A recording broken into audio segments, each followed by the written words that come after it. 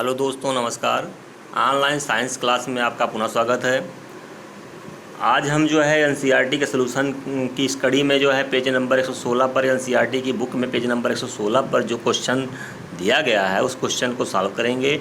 आप सभी लोग अपनी एनसीईआरटी की बुक को, नई बुक जो 2021 की बुक है, उससे पेज नंबर 116 को खोल लीजिए और उसमें दिए गए क्वेश्चन को पढ़िए। तो उसको जो है क्वेश्चन को पढ़ करके उसके आंसर को हम बताएंगे। वहाँ पे अपनी नोट्स में सारे क्वेश्चन के आंसर को सॉल्व करके लिखना है आप लोगों को। तो आगे देखते हैं। इसमें क्वेश्चन नंबर जो 1 है पेज नंबर 116 पर, वो है श्वसन के लिए ऑक्सीजन प्राप्त करने की दिशा में एक जलीय जीव की अपेक्षा स्थलीय जीव किस प्रकार लाभप्रद है। तो इसका उत्तर है वातावरण में ऑक्सीजन की पर्याप्त मात्रा पाई जाती है। जैसे कि हम लोग स्थलीय जीव हैं, मछलियाँ क्या हैं, जलीय जीव हैं। हम लोगों को ऑक्सीजन लेने कोई समस्या नहीं होती है। हम लोग किसी पेड़ के नीचे खड़े हो जाएं और बढ़िया ठंडी ठंडी हवा मिलेगी, ऑक्सीजन उनको मिलती रहेगी, शुद्ध वातावरण मिलता रहेगा।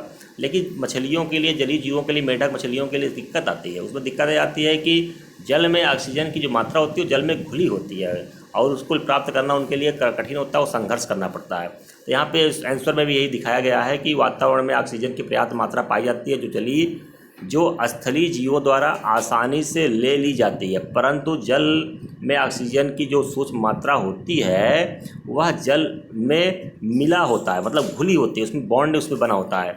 ठीक है। अतः जलीय जीव इस मिले मतलब घुले ऑक्सीजन, मिले ऑक्सीजन को लेने के लिए काफ़ी गति से सांस लेते हैं तथा संघर्ष करते हैं। ठीक है। उम्मीद करते हैं आंसर इसका समझ में आ गया होगा। आगे चलते हैं क्वेश्चन नंबर 2 की तरफ।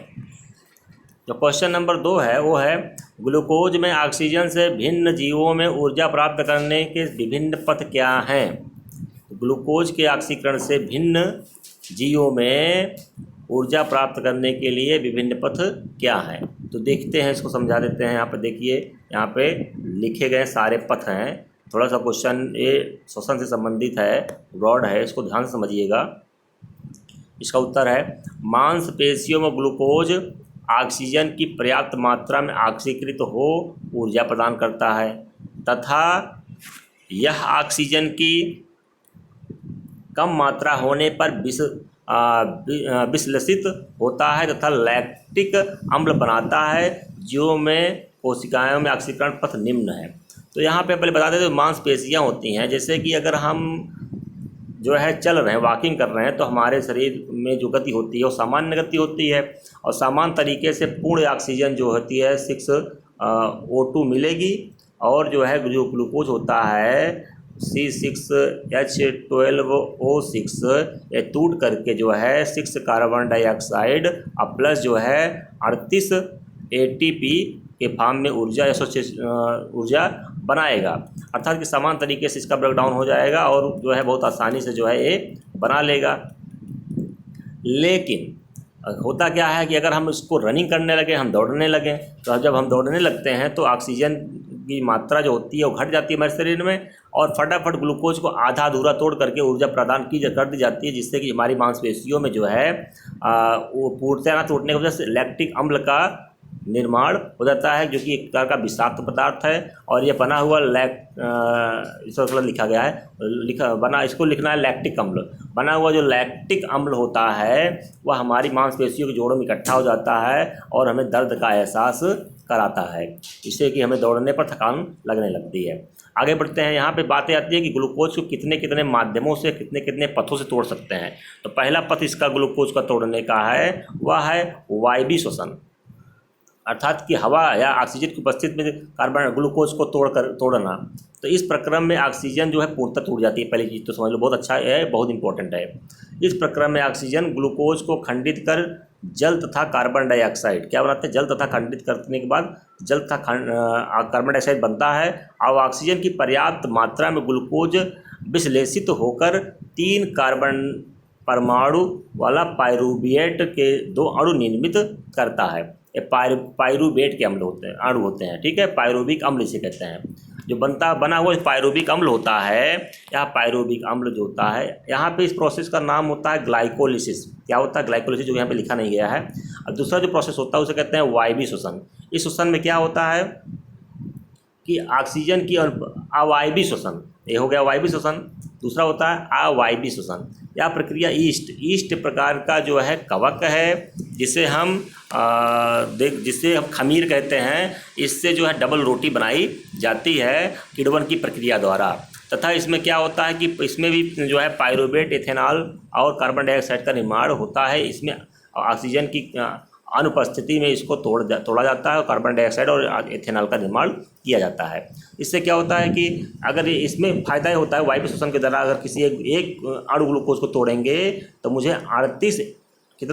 38 ATP मिलेगी। कितनी मिलेगी? 38 ATP मिलेगी, 38 ATP मिलेगी। लेकिन यहाँ पे अवायवीय श्वसन के द्वारा अगर हम ऑक्सीजन की अनुपस्थिति में ग्लूकोज को तोड़ेंगे तो मुझे केवल 2 ATP ही मिलेगी, बाकी ATP लॉस हो जाती है। तो कौन ज़्यादा फायदेमंद है? वायवीय श्वसन ज़्यादा फायदेमंद है, और अवायवीय श्वसन जो होता है वह कम फायदेमंद है।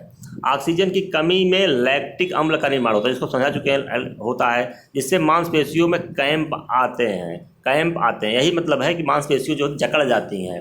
अगर जो है आप दौड़ोगे, ज़्यादा देर वॉकिंग करते हैं तो इससे क्या होता है कि हमारे शरीर को ज़्यादा से ज़्यादा जो है ऊर्जा चाहिए, और ज़्यादा ऊर्जा के लिए जो है ज़्यादा से ज़्यादा ग्लूकोज को तोड़ा जाता है, और ज़्यादा से ज़्यादा ग्लूकोज को तोड़ने के लिए ज़्यादा से ज़्यादा ऑक्सीजन चाहिए, और ज़्यादा से ज़्यादा ऑक्सीजन लेने के लिए हम अपने फेफड़ों को जो है बार बार सिकोड़ते फैलाते हैं, हम सांस फूलना शुरू हो जाती है, और जो है क्या करते हैं कि ऑक्सीजन को ज़्यादा से ज़्यादा अपने शरीर के अंदर हम लेते हैं, जिससे कि ज़्यादा से ज़्यादा ऑक्सीजन टूटे और लैक्टिक अम्ल का निर्माण ना हो, जिससे हमें थकान ना लगे। तो उम्मीद करते हैं कि ये टॉपिक समझ में आया होगा। आगे बढ़ते हैं क्वेश्चन नंबर 3 की तरफ। क्वेश्चन नंबर जो 3 है वो है, मनुष्य में ऑक्सीजन तथा कार्बन डाइऑक्साइड का परिवहन कैसे होता है? तो इसको हम समझा देते हैं। मनुष्य में ऑक्सीजन तथा कार्बन डाइऑक्साइड का परिवहन को श्वसन कहते हैं। क्या कहते हैं? श्वसन कहते हैं। यह प्रक्रिया फेफड़ों द्वारा संपन्न की जाती है। फेफड़ों में सांस के द्वारा पहुंची हुई वायु में से हीमोग्लोबिन ऑक्सीजन को ग्रहण करके शरीर की सभी कोशिकाओं तक पहुंचाता है। इस प्रकार ऑक्सीजन शरीर के प्रत्येक अंग तक पहुंचता है। इसी प्रकार कार्बन डाइऑक्साइड को हमारे शरीर में ग्लूकोज के खंडित होकर ऊर्जा में बदलने पर बनती है। यह कार्बन डाइऑक्साइड रक्त के संपर्क में आने पर उसके प्लाज्मा में घुल जाती है। यह कार्बन डाइऑक्साइड प्लाज्मा के द्वारा पूरे शरीर में पुनः रक्त से वायु में चली जाती है। अतः में नासा द्वार से बाहर अतः अंत में जो है यहाँ पे लिखना है, अतः अंत में नासा द्वार से बाहर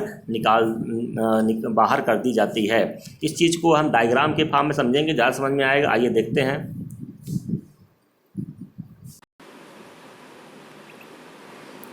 बच्चों, इस चित्र के माध्यम से हम देख पा रहे हैं जैसे कि इसमें जो है गैसेज एक्सचेंज कैसे होता है। देखते हैं इसमें होता क्या है कि जैसे जो सांस हम मुंह के द्वारा यहाँ पे लेते हैं श्वसन के समय जो है, ये सांस जो है इसमें क्या होती है, इसमें कार्बन डाइऑक्साइड ऑक्सीजन होती है। मान लीजिए ऑक्सीजन होती है, ये ऑक्सीजन हमारे शरीर के अंदर आई, फेफड़े में गई। ये देखिए फेफड़े में गई। फेफड़े में ऑक्सीजन क्या होता है, आप देखो फेफड़े में जो यहाँ पे होते छोटी छोटी एल्वुलाई होती हैं या कूपिकाएँ होती हैं। इन कूपिकाओं को यहाँ चित्र बना के यहाँ पे बड़ा सा दिखाया गया है या इसमें डायग्राम में। कूपिकाएँ क्या करती हैं, कूपिकाएँ में ब्लड वेसल्स ऐसे आई रहती हैं, रुधिर की नलिकाएँ। ये क्या करती हैं, इसमें होता है ब्लड में होता है हीमोग्लोबिन। क्या होता है, एचबी हीमोग्लोबिन। यह जो है हीमोग्लोबिन क्या करता है, जैसे ही आता है ऑक्सीजन के साथ बाइंड करके HbO2 बना लेता है। HbO2 बनते ही जो है यह HbO2 के ले करके ऑक्सीजन जो ब्लड होता है वो ब्लड HbO2 के ले करके शरीर में चला जाएगा। शरीर में कहाँ पे जाएगा, देखते हैं आप नीचे देखते हैं, शरीर में देखते हैं यहाँ पे नीचे जो आर्गन होते हैं हमारे बॉडी के जितनी भी, जैसे ये जो यहाँ पे बादाम के आकार का जो बनाया गया दिखाई दे रहा है, ये पोर्शन इसका जो है मसल्स है, मांसपेशियों में चला जाएगा, लीवर में चला जाएगा, आमाशय में चला जाएगा, शरीर के ब्रेन में चला जाएगा। शरीर के सही भागों में जो होता है ऑक्सीजन युक्त ब्लड चला जाएगा। हम जानते हैं कि जो शरीर होता है हमारा वह काम करता है तो वो ऑक्सीजन को ले लेता है, ऑक्सीजन को क्या करता है, ले लेता है, कार्बन डाइऑक्साइड को छोड़ देता है। तो यहाँ पे जो नीले रंग का दिखाया गया वो कार्बन डाइऑक्साइड छोड़ा गया है। तो कार्बन डाइऑक्साइड छोड़ा जाता है, उसको जो है हृदय लेकर के फिर से फेफड़े में शुद्ध होने के लिए भेज देता है। फेफड़ा जो होता है उसमें वहीं पे एल्वियोलाई में जो कार्बन डाइऑक्साइड को फेफड़े ले लेते हैं और ऑक्सीजन को दे देते हैं। इस प्रकार से ये प्रक्रम यहाँ पे संपन्न होता है। इसके माध्यम से अब पूरी प्रक्रिया में ह्यूमन गैस एक्सचेंज दिखाया गया है, इसमें कैसे कैसे गैसेस एक्सचेंज होते हैं। आगे की वीडियो में इसको और डिटेल पढ़ाएंगे। अभी आज के लिए इसमें जो है इस वीडियो में इतना ही। आगे मिलते हैं, अगले क्वेश्चन को लेकर आगे बढ़ते हैं हम। दोस्तों, ये मनुष्य में ऑक्सीजन के तथा कार्बन डाइऑक्साइड परिवहन के संबंध में जो जानकारी आपको दी गई, उम्मीद करते समझ में आपको आई होगी। इसको आगे डिटेल में अगले वीडियो में इसको अलग से पढ़ाएंगे हम। अभी जो है आगे बढ़ते हैं। अगला क्वेश्चन है, गैसों के विनिमय के लिए मानव फुफ्फुस मतलब होता है फेफड़ा में अधिकतम क्षेत्रफल को कैसे अभिकल्पित किया गया। जैसे कि अभी पिछले वीडियो में मैंने बताया था कि कैसे जो है जो आहार नाल होती है, आहार नाल के क्षेत्रफल को कैसे बढ़ा दिया जाता है। आहार नाल के क्षेत्रफल को बढ़ने के बाद जो है उसमें कैसे जो है भोजन का अवशोषण होता है। उसी प्रकार से इसमें भी जो है इसमें बता देते हैं, मानव के फुफ्फुस मतलब फेफड़ा, लंग्स में छोटी छोटी नलिकाओं में बटी होती है या बटा होता है। थोड़ा सा स्पेलिंग मिस्टेक है, बटा होता है। श्वसनी में फिर श्वसनिकाओं के बाद अंत में कूपिकाएँ होती हैं, जिसकी संरचना गुब्बारे के समान होती है। कूपिकाएँ ही गैसों के परिवहन को सरल बनाती है तथा क्षेत्रफल का विशाल क्षेत्र बनाती है। ऐसा लिख देंगे यहाँ पे। हम डायग्राम दिखा के समझा दे रहे हैं। जैसा कि इस चित्र में आप देख पा रहे हैं कि जो हमारा नेजल कैविटी होती है, जिसे नासा छिद्र कहते हैं, नासा छिद्र के माध्यम के बाद फायरिंग्स के बाद लैरिंग्स के बाद जो है हमारा लंग्स आ जाता है, ट्रैकिया आता है। ट्रैकिया के बाद फिर ब्रोंकियोल्स आता है। ब्रोंकियोल्स के बाद जो है ब्रोंची आता है, फिर ब्रोंकियोल्स आते हैं, उसके बाद एल्वियोलाई आती है।